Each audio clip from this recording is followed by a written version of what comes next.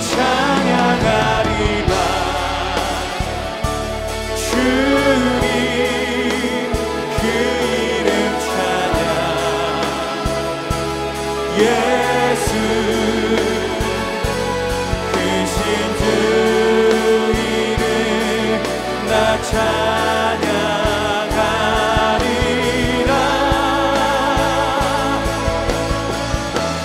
나는 찬양하리라. 주님 그 이름 찬양. 예수 크신 주 이름 나 찬양하리라. 나는 영광 돌리리. 나는 영광 돌리리. 주님 영광의 이름. 예수 크신 주 이름 나 찬양하리라.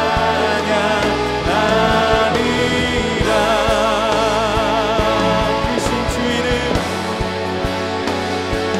크신 주 이름 나 찬양하리라.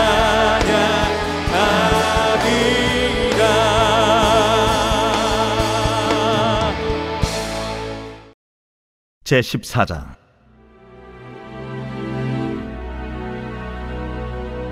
이것은 이스라엘 자손이 가나안 땅에서 받은 기업 곧 제사장 엘르아살과 눈의 아들 여호수아와 이스라엘 자손 지파의 족장들이 분배한 것이니라. 여호와께서 모세에게 명령하신 대로 그들의 기업을 제비 뽑아 9지파와 반지파에게 주었으니, 이는 2지파와 반지파의 기업은 모세가 요단 저쪽에서 주었으며 레위 자손에게는 그들 가운데에서 기업을 주지 아니하였으니, 이는 요셉의 자손이 므낫세와 에브라임의 2지파가 되었습니다. 이 땅에서 레위 사람에게 아무 분깃도 주지 아니하고 다만 거주할 성읍들과 가축과 제산을 위한 목초지만 주었으니, 이스라엘 자손이 여호와께서 모세에게 명령하신 것과 같이 행하여 그 땅을 나누었더라. 그때에 유다 자손이 길갈에 있는 여호수아에게 나아오고, 그니스 사람 여분네의 아들 갈렙이 여호수아에게 말하되, 여호와께서 가데스 바네아에서 나와 당신에게 대하여 하나님의 사람 모세에게 이르신 일을 당신이 아시는 바라.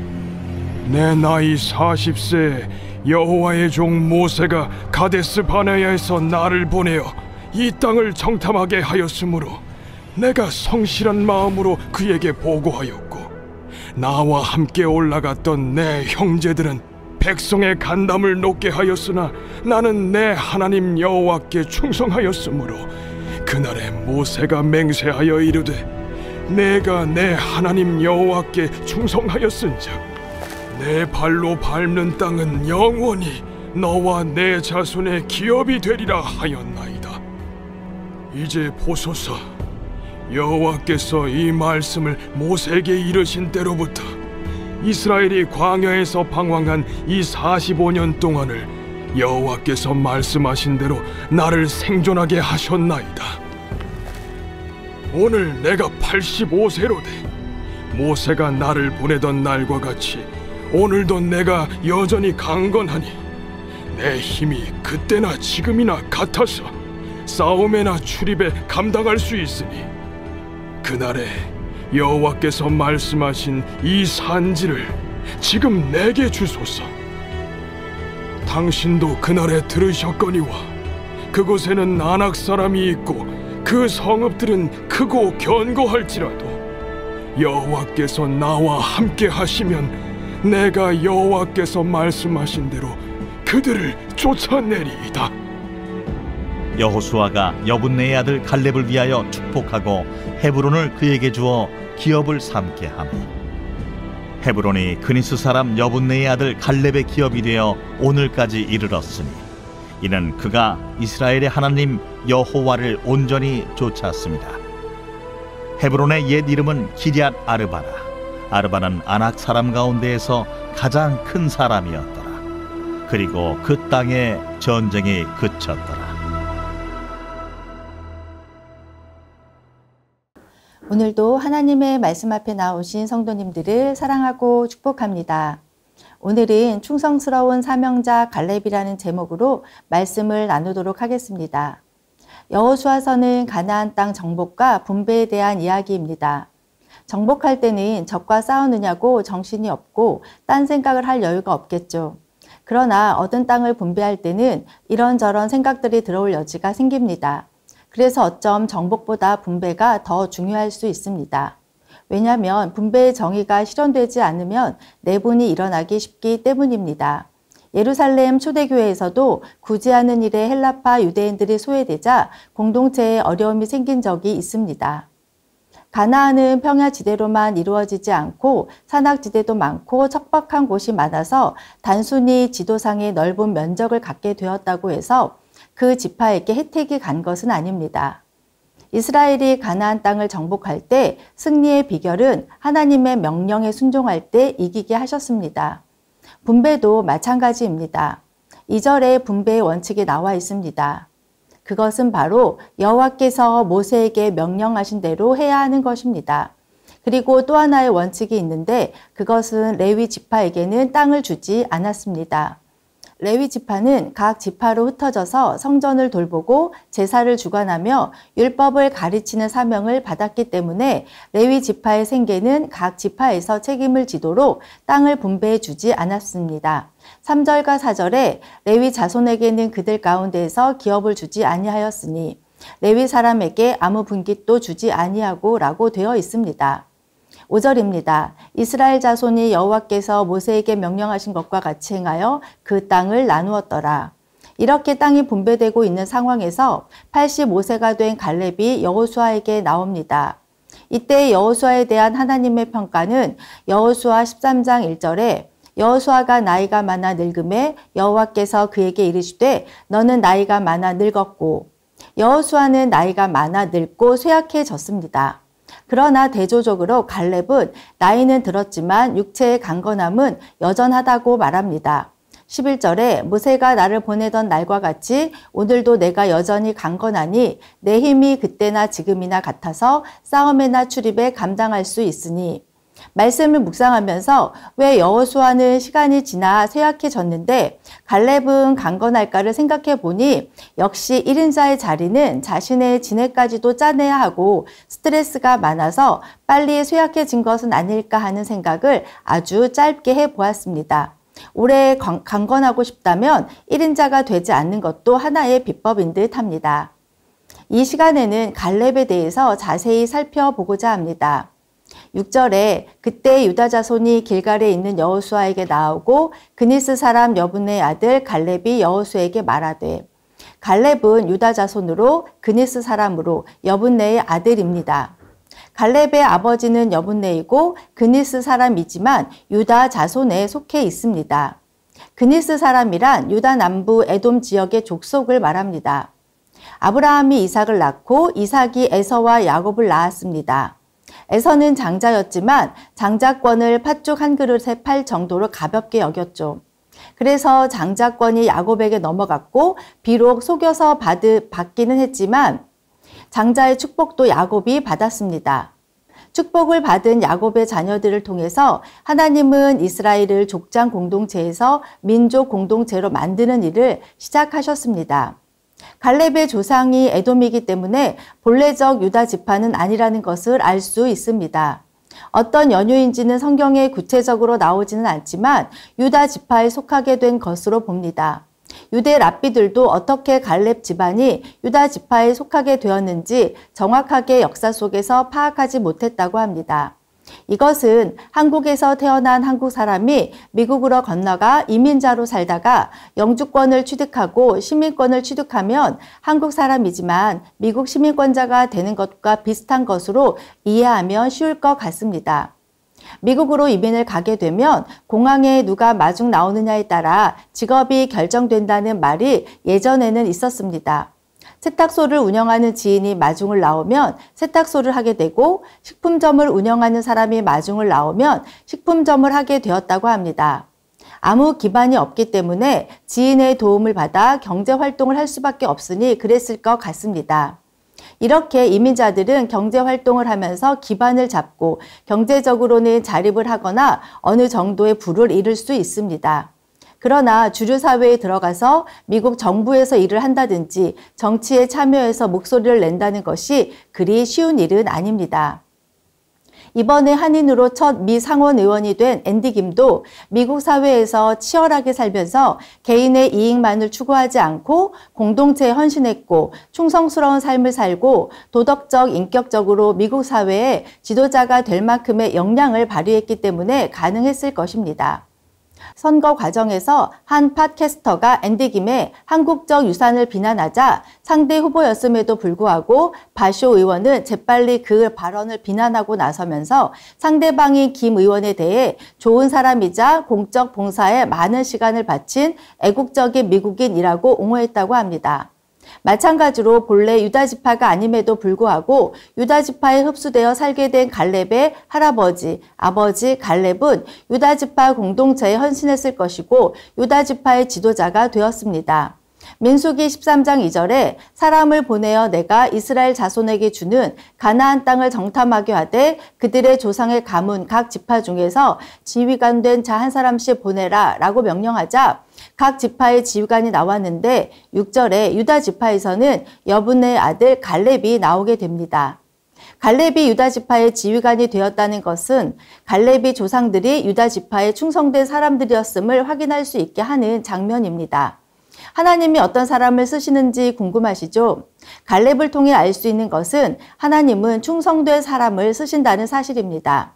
갈렙은 충성된 사람으로 첫 번째는 자신이 속한 공동체에 충성을 다했습니다.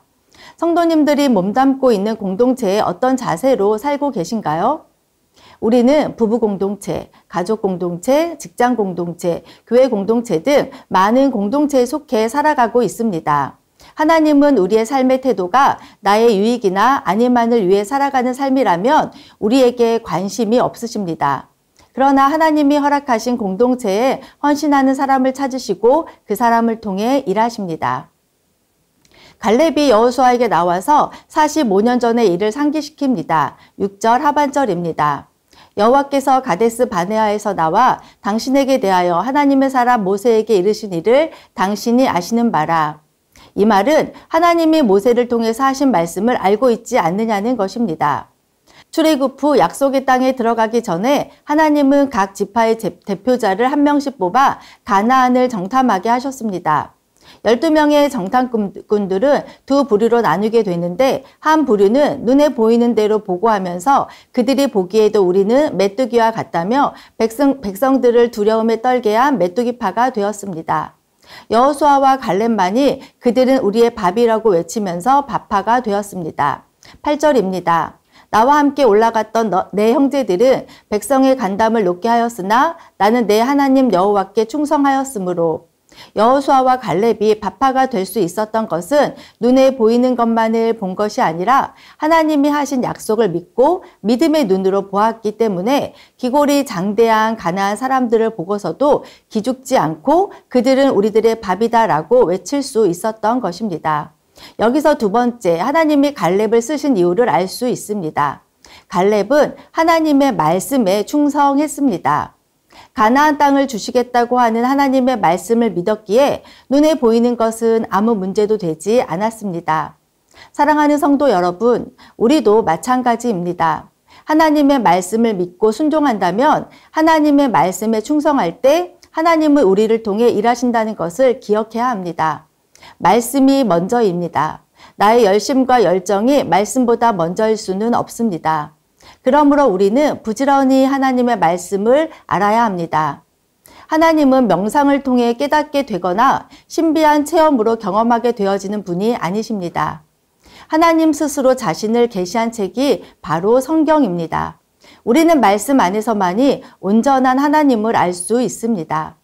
하나님의 말씀인 성경을 구약과 신약으로 나누는 이유는 성경이 바로 약속의 책이기 때문입니다.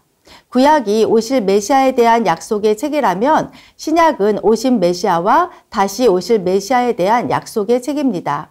바로 우리의 구원자 되신 예수 그리스도를 보여주는 책이 성경입니다. 또한 성경은 하나님이 백성에게 하신 많은 약속들로 이루어진 책이기도 합니다. 하나님은 스스로 하신 약속을 반드시 지키시는 신실함의 성품을 갖고 계십니다. 그러므로 우리가 약속의 말씀을 붙잡고 기도할 때 반드시 들어주실 수밖에 없습니다. 그렇기 때문에 우리는 하나님의 말씀을 읽고 묵상하고 갈렙처럼 말씀에 충성해야 합니다.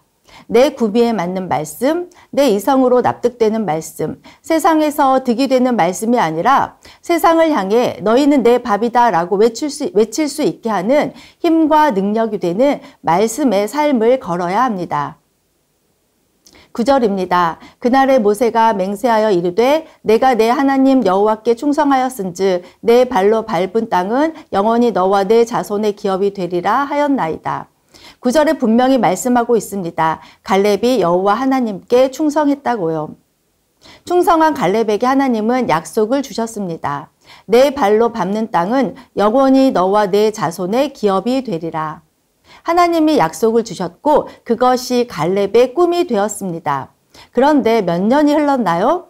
자그만치 45년이라는 시간이 흘렀습니다. 갈렙의 입장에서는 많이 억울했을 것 같습니다.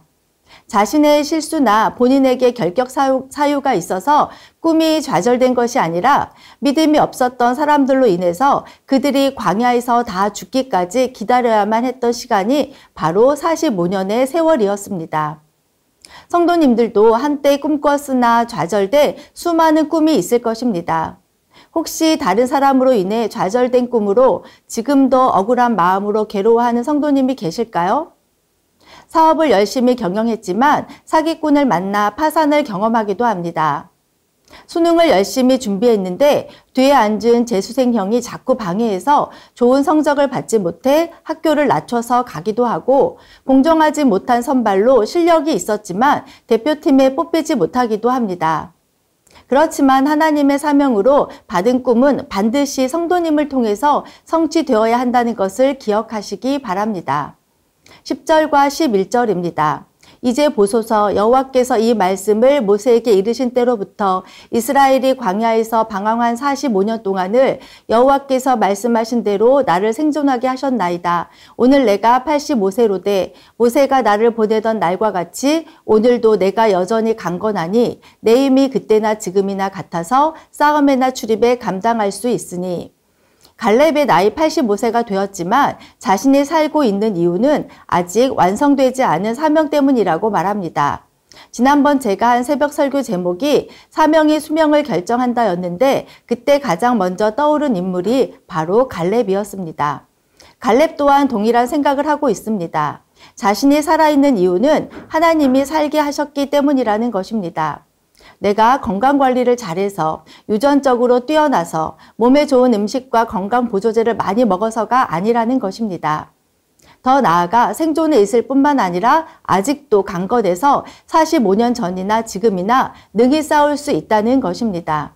그러면서 우리가 잘 아는 유명한 말을 합니다. 12절에 그날에 여호와께서 말씀하신 이 산지를 지금 내게 주소서. 갈렙은 단지 노년이었지만 청춘처럼 꿈을 꾸고 도전했던 몽상가가 아닙니다. 12절에서 중요하게 봐야 할 단어는 그날에와 지금입니다. 갈렙이 이 산지를 달라고 하는 이유는 45년 전에 받은 미완의 사명을 지금 이룰 때가 되었다는 말입니다. 당신도 그날에 들으셨거니와 그곳에는 아낙 사람이 있고 그 성읍들은 크고 견고할지라도 여호와께서 나와 함께 하시면 내가 여호와께서 말씀하신 대로 그들을 쫓아내리이다 하니. 갈렙의 충성스러움이 느껴지시나요? 갈렙은 출애굽 1세대로 가나안 정복에 누구보다 앞장섰고 이제 노년에는 좀 더 정복하기 편한 땅을 요구한다 해도 그리 큰 비난을 받지는 않았을 것입니다. 그러나 갈렙에게 있어서 땅은 자손에게 물려줄 유산이 아니라 하나님의 약속의 성취로서의 의미가 더 컸습니다. 그래서 정복하기 쉬운 곳, 경작하기 좋은 곳이 아니라 험준한 산인 헤브론을 달라고 요구했던 것입니다. 13절입니다. 여호수아가 여분네의 아들 갈렙을 위하여 축복하고 헤브론을 그에게 주어 기업을 삼게 하매. 마지막으로 갈렙의 충성됨은 위치와 신분을 이용해 자신의 이익과 안위를 챙기지 않았다는 것입니다. 갈렙은 자신의 사명을 이루기 위해 말씀과 공동체에 헌신하는 선택을 했고 끝까지 하나님께 충성했다는 사실입니다. 잠깐은 충성스러운 것처럼 보일 수 있습니다. 앞에서는 헌신하는 것처럼 보이지만 뒤에서는 자신의 이속만을 챙기는 사람이 얼마나 많은지요. 높은 자리, 책임 있는 자리에 앉아서 힘들고 어렵고 굳은 일들은 아래로 다 내려보내는 사람들이 우리 주변에 너무 많습니다. 권한은 행사하면서 결과에 따른 책임은 지지 않으려고 하는 위정자들에게 무엇을 기대할 수 있을까요? 남들 보기에 열심히 하는 척, 드러나는 일에만 모습을 보이고 부하 직원의 성과를 가로채는 상사들이 너무도 많습니다. 이런 사람들로 인해 좌절하고 낙심하고 절망에 빠져 있는 선량한 사람들이 너무도 많다는 것을 알고 있습니다. 그러나 우리 주님은 다 알고 보고 계십니다. 우리 주님은 내가 봐주었으면 하는 것만 보시는 분이 아니라 악한 사람이 감추고 싶어하는 것들도 다 알고 보고 계십니다. 하나님의 공의의 칼날은 무뎌지지 않습니다. 성경은 뿌린 대로 거둔다라고 이야기합니다. 모든 것을 아시는 주님께 맡기시고 마음의 돌덩이가 내려놓아지는 은혜를 경험하시길 바랍니다. 14절, 이는 그가 이스라엘의 하나님 여호와를 온전히 쫓았음이라. 하나님의 갈렙에 대한 평가는 충성스러운 사람이라는 것입니다. 그러므로 저와 여러분도 끝까지 충성된 삶을 사시기를 바랍니다. 15절, 헤브론의 옛 이름은 기럇 아르바라. 아르바는 아낙 사람 가운데서 가장 큰 사람이었더라. 그리고 그 땅에 전쟁이 그쳤더라. 하나님의 약속을 받은 갈렙의 사명 완수로 그 땅에 전쟁이 그치고 하나님의 말씀이 이루어졌습니다. 갈렙이 외친 이 산지를 내게 주소서는 45년 전에 약속으로 받은 말씀이었습니다. 충성스러운 갈렙은 끝까지 자신에게 주어진 사명을 완수했습니다. 하나님이 우리에게 요구하는 모습도 이런 충성스러움이 아닐까요? 이런저런 이유들로 좌절되었고 시간이 흘러 잊고 있었던 약속의 말씀이 있다면 오늘 말씀을 통해 사명을 회복하는 복된 시간이 되시길 바랍니다. 기도 제목 읽고 함께 기도하겠습니다. 내가 속한 부부 공동체, 가족 공동체, 직장 공동체, 교회 공동체 등에서 나의 유익이나 안위만을 위해 살지 않고 나의 것을 양보하고 나누며 공동체를 세우는 일에 헌신하며 살게 하소서. 아멘. 하나님의 말씀을 듣고 믿음의 눈으로 세상을 바라보았던 갈렙처럼 세상을 두려워하지 않게 하시고 세상을 밥으로 보고 담대하게 믿음의 지경을 넓히는 삶을 살게 하소서. 아멘. 주님이 주시는 약속의 말씀이 우리의 꿈이 되게 하시고 꿈꾸는 자에서 사명을 이루는 자로 살게 하소서. 아멘. 이번 주 금요 비전기도회에서 말씀을 전하시는 윤만선 목사님에게 성령의 충만함을 주시고 우리에게 꼭 필요한 말씀을 선포하게 하셔서 말씀을 붙잡고 기도할 때 개인의 변화, 가정의 변화, 교회의 변화를 경험하게 하소서. 아멘.